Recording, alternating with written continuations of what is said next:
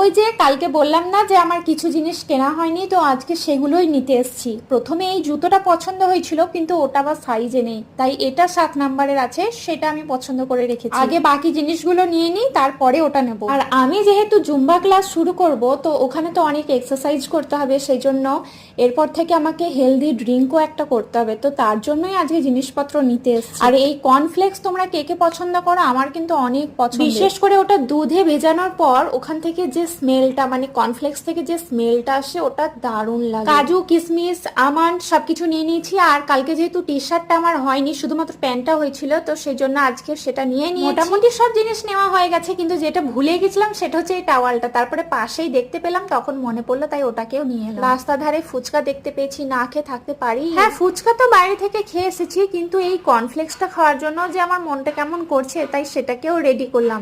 এখন এটাকেই খাই। ওকে, চলো, বাই।